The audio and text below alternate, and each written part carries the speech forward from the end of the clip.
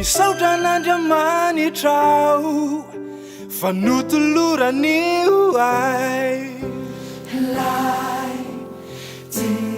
lay tiany fanahiky izy tompony fitiavana no mbola angatahina fanahy masina andrakotra ny fiainanay fanan'io ny maro aza tsy afaty ny afompity satria lay ray zay mitayazan'io no mitsotrano anay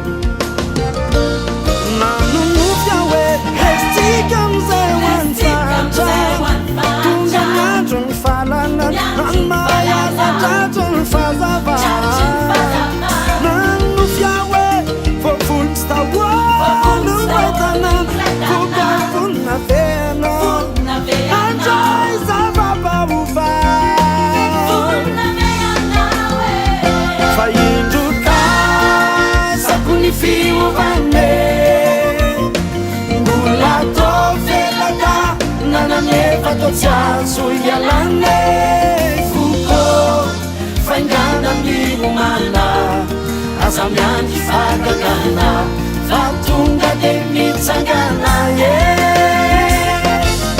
tasako ny fiovane mbola tovelata nananefa totsazo ialane fuko faingana mihomana Selalu jamfadaga sudah demi sanggana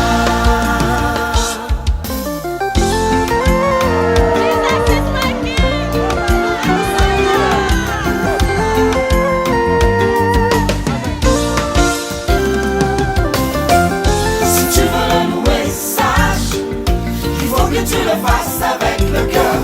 Si tu veux le louer, lâche les pensées qui t'attachent et te font peur. Si tu veux le louer, aime ton âme et celle aussi de ton voisin.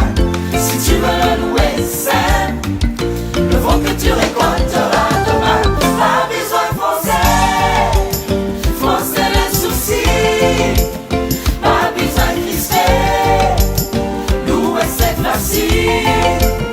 Qui dit qu'on est sourd alors qu'on n'est pas. Nous on sait comme nous. C'est Dieu qui fait ça.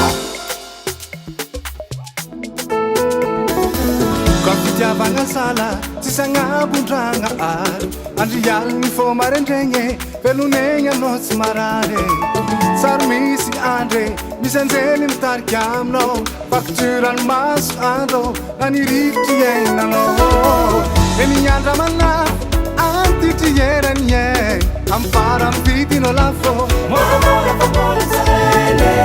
amin'ny andro farane samy olo mitonany anjarane